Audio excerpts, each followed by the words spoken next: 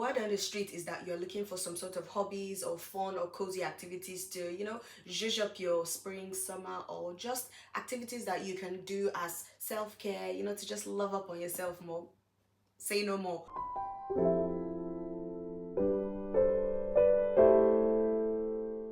Welcome, friend. I'm Ayo. I'm your lifestyle, self-care, and hobbies cozy friend.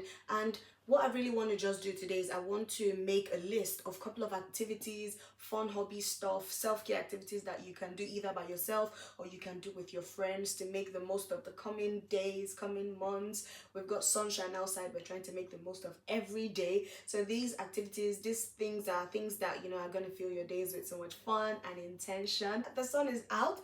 The birds are chirping, the flowers are blooming, spring is springing. You, my little butterfly, have come alive because the sun is shining, the vitamin D, your skin is soaking up that gorgeous sun, and we're just trying to make the most of every opportunity that we've got. And if you're someone who struggles with finding activities to do by yourself or with your loved ones, these activities are some activities that I live by and I love them.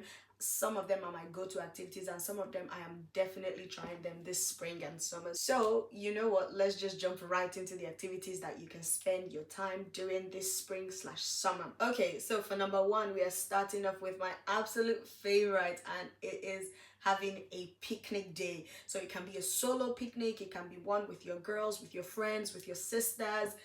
But baby, the sun, don't let that sun go to waste. So this is the perfect time to grab your picnic blanket, head out to a park near you. You can make it a tea party. I always do a solo picnic day every year. As soon as the sun is out, I'm in the parks, and it just helps me to enjoy the weather, enjoy nice air in my hair.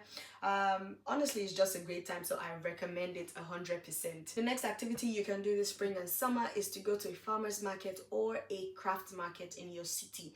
So all those farmers markets where they sell fresh fruits, fresh vegetables, you can go there. Or markets where people sell baked goods, sell DIY handmade crafts, you can go there. It's an awesome time. You get to see the creatives in your community, in your city. Plus, it's a time where you can take cute pictures, cute aesthetic pictures. You can support your local businesses by buying from them, or you can just window shop. Either way, you're outside, you're dressed up looking cute, looking gorgeous, and you're just enjoying the weather and seeing the nice things that people make. So last year I did a couple of craft markets and I got to see like lovely people. I got to meet lovely customers, lovely girls, and we had like such amazing, genuine, organic conversations just there. And these were people that I literally just met at the market that day. So why not go for it? Check online, see what types of markets they have in your city, in your town, wherever you live, and put on your cute outfits and go out, take a couple of cute pictures, post it on Instagram, you can post it on TikTok, and oh, I'm so excited about these things. The next thing on my list is to play with air dry clay. So you see, I've said play. Please don't take it too serious. Don't let that perfectionism, put it on the side for now, because I find that most times we don't get to enjoy our hobbies, enjoy things that should ideally bring us joy, because we're being too critical of ourselves, being too too perfectionist. So just play. There are many tutorials on TikTok, on Pinterest. The ones that I love, like the cute ones, I see people making this hibiscus flower plate where you can use it as a jewelry holder. You can organize like a date with your friends at the house, invite people, buy the air dry clay, and because it's air dry, as soon as you make it, you just give it some time, it dries off nicely, and you have a cute craft that you can use in your house. If you make something that's absolutely practical, you can have it as, let's say, a tray, a coaster, or whatever you do is something for you to keep, is something for you to always remember. That is a cute thing to do. So remember, play with air dry clay. We're not being perfectionists. We're not selling these items. So these are things that you just do to while away your time, to keep yourself from being bored, to unwind in this season. The next one that I have is DIY candle making. Oof, that's a good one. That's a good one. I love candle making. Just get the silicone molds, or you can get, I've seen these cute ones on Pinterest where people are making like candles in seashells. Oh, absolutely beautiful. So you can get the items that you need. You can go on Amazon, buy your candle wax, or you can go to your stores, buy those ready-made candles, and then come home, melt the wax and pour it in whatever mold you have, or in the seashells, or however you want to do it. You can go creative on this one. It's your choice. You can host like a date with your friends, invite people to your house, and or you go to people's houses and just organize something and do like a candle making date. Another activity which is kind of in line with the candle making is candle painting. Oh, I've seen those cute videos where people paint like hearts on the candles, flowers on the candles, and it transforms the candles. So what you just need is to get your pillar candles or those tapered candles and just go to work. Paint as much as you can. You can paint it however you like, whichever colors, and these are just absolutely chilled, you know, stress-free activities that you can do. I love these candle ideas because these are candles that you can actually use in your house. So you can light those candles for self-care night. You can put whichever fragrance you like. You can use essential oils like lavender for relaxation, or eucalyptus. And another activity which is tied to this candle making is you can search online for maybe candle making classes in your community. So maybe there are people who host workshops where they teach you how to make candles or how to mix candle fragrances. That is an absolutely lovely activity you can go to with your friends. You can go alone as a solo date. And remember, everything we're doing is just an opportunity to look cute, to wear cute dresses, to wear cute outfits this summer. So the next activity that I have is to go on a color theme walk. Hear me out. Naturally, I'm not someone who is excited about walks. Like, I won't go out of my way to say, oh, I'll just wake up one day and just take a walk. Like, to me, yeah, I prefer to have a destination in mind. I don't just like to just do random walks and just keep walking. In my mind, I'm thinking, where am I walking to? So I prefer to have, I'm coming from here and I'm going here, you know? I don't know if there's any of you that think like that, but for me, like, I just don't like the thing of just taking a random walk. And I'm also a hater of runs. Like, you cannot even convince me to take a run. You cannot even convince me to take a run. So yeah, that is out of it. But then I saw this online and the girl did a color theme walk. So on her walk, she looked for items that were a particular color, and I thought this was absolutely brilliant because it gives that it's still something fun, it's still something chill that you can do, but it gives it that challenge, or it gives it that purpose and intention to the walk. So for example, say you take a walk and you're looking for yellow items, so you look for things on your walk, you intentionally look for things that are yellow. So if you've got like a disposable camera, you can take a picture of it, or you can just take a picture on your phone and just do a collage of the things that you saw on that day. And that's just a lovely idea. I'm definitely going to take a color theme walk sometime soon because I just think about it and it's absolutely gorgeous. Imagine just go on a walk, you're looking cute, you're smelling good, and you're seeing nature, appreciating nature, taking pictures. It also helps you to, you know, take note of your surroundings, be very conscious of your environment, of where you live. You'd see things that, you know, you'd normally ignore because you'd probably be on headphones listening to music or listening to a podcast. But with this walk, you're actually intentional in looking for those things. So that is definitely something that you can add to your plans for the summer days. The next activity on my list is one that I love. I live for this. I love it always. And it is to have a spa day. Woo! I get so excited whenever I talk about spa days because to me, ideally every day should be a spa day. It's just that sometimes, you know, you can be rushing to go somewhere, but in my mind, every shower day, every day that I have to go into the shower is an opportunity for me to have a spa day. So this is something that you can do. You can do it with friends. You can make your own routine, your own either night routine or morning routine. You can make it a spa day, you know. Do DIY hair masks, DIY face masks, paint your nails, paint your toenails, full body care, you know, but just romanticize those activities. You make them special. That's the difference with every other day shower day. Because imagine doing all the activities that you do in spring, summer, going out with friends, catching up outside, but then you don't get to relax, you don't get to unwind. So you need that spa day as an outlet to just unwind and just chill and just be in the moment, you know. So this next one doesn't seem like it's something so important, but I promise you, you need to do that this summer, and it is to try out a new hairstyle.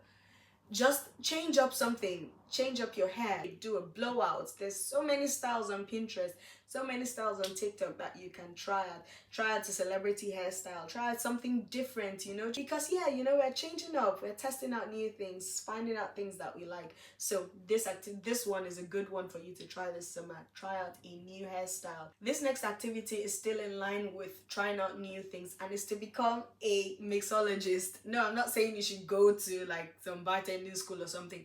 Go onto Pinterest, try out new recipes, mix out summer concoctions, summer cocktails, summer mocktails. There's so many recipes on Pinterest. Listen, I love staying on Pinterest for new recipes because you see new drinks. If you want healthy options, if you want something nice, something tasty, something refreshing for this summer, there's so many absolutely beautiful recipes online which you can try. Another thing in line with trying new things is food. Try out new food recipes, food items that you've never eaten before, or recipes that you see online that you think, I might enjoy this. Go onto Pinterest, search for the recipes, and just crack on with it. Me personally, I have a list of drinks, hairstyles, and food items that I'm going to try this spring/summer. So that is something that you need to try to keep things exciting, so you can know that you've tried out new things. You can say, oh, I tried this out, I didn't like it, or oh, I tried this out and this is my new favorite item. So try out new things. The next one I have is one that I absolutely love. You flex your creative muscles with this one, and it's beading. Oh, there are lots of beading videos and tutorials online. You can make cute necklaces, you can make rings, you can make bracelets. Beading is absolutely lovely. I'll show you this. Yeah, something like this. Yeah, beads like this, necklaces like this. You can make them, and just test out your creativity. You can go on Pinterest, you find an inspiration of one that's already been done and remake it. So those are things that you can do. And also in line with creativity as well, you can also buy resin online on Amazon or wherever you can buy craft items and make earrings. You can make necklaces, you can make rings. And the beautiful thing about making all these DIY things is that you have such unique pieces that you can find, like, you don't find them anywhere. And then people start asking you, oh, where did you get this? Where did you get this? And you're able to tell them, you know what? I made it in my free time. I made this within 5 minutes. I made this within 10 minutes, within an hour, and you kind of just stand out as that girl that just stands out. Like, the things that you have are not things that people find anywhere. So these are things that you can also do. You can make charms, you can make bracelet charms, you can make bag charms, you can even make this jar, for example. This jar, for example, is a candle jar that I made in my room here literally a couple of weeks back, and I can use it as a candle jar. My intention is to pour candle in it and use it as a candle jar, but you can use it as a jewelry holder, a key holder, whatever. So that's why I say it's about flexing your creativity. You can go online. There's so many tutorials out there. Nothing is even hidden anymore. No one is gatekeeping anything. There's so many tutorials online.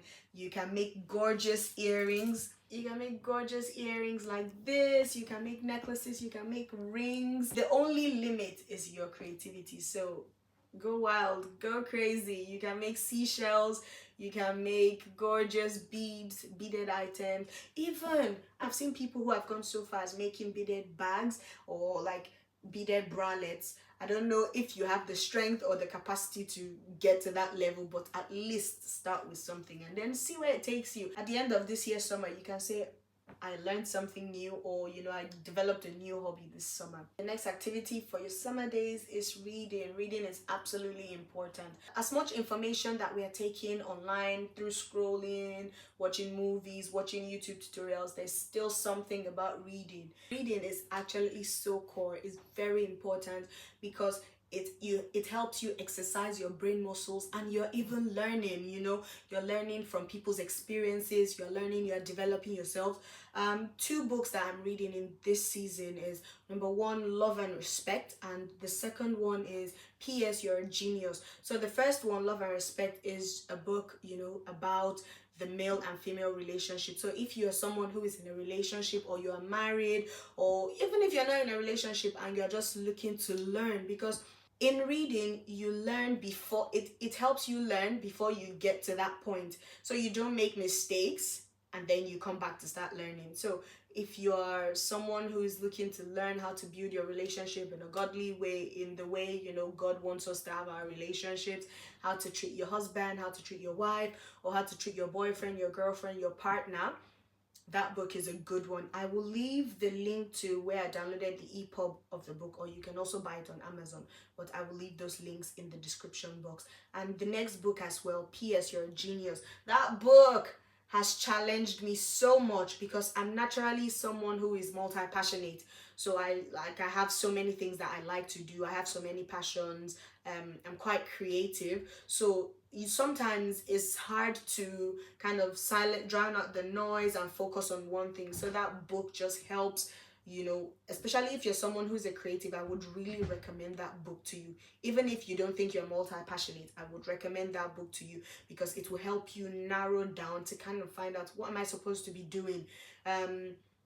This gift, this thing that I do, this thing that I enjoy, this is my method of being creative. How am I going to use it to show up in the world? So that book is very good. I would recommend that book as well for you to read. And I also leave that book linked in the description box. But reading is so important. I cannot stress the importance of reading. Yes, I know you can read, you know, fiction, you can read all those fantasy romance books and all that stuff. But sometimes we need to leave those ones and read self-development books that help us to become better versions of who we already are, you know. And imagine reading those books and becoming that elevated babe, and at the end of summer you are absolutely different from who you were coming in. So that's why reading is so important. Oof, I feel like I've said a lot. I feel like I've said a lot already, and we got so heavy in the reading aspect, but reading is actually important. So this last one is something cute, something whimsical, is something very Pinteresty, and it's going online, buying fake flowers, and making DIY items with them. So you make DIY claw clips, you can make them as DIY handbag items, or you can decorate your hair with them. I've seen this trend now of people putting flowers in their hair, and it's so beautiful. And these items are going to be so unique to you. You're not going to find them anywhere because you made them, even if you might take inspiration from somewhere. So these are absolutely beautiful ideas that you can do this summer. So that's it for this list of ideas that you can try this spring, summer, and I hope that, you know, you find some activities that you would be able to try. And if you have the ones that are already on your bucket list, if you have activities that you're already going to try this summer, please leave it in the comments section. Let's chat all about it so we can learn. You can teach me something, you can teach other people something new, and cheers to having an awesome summer. Bye.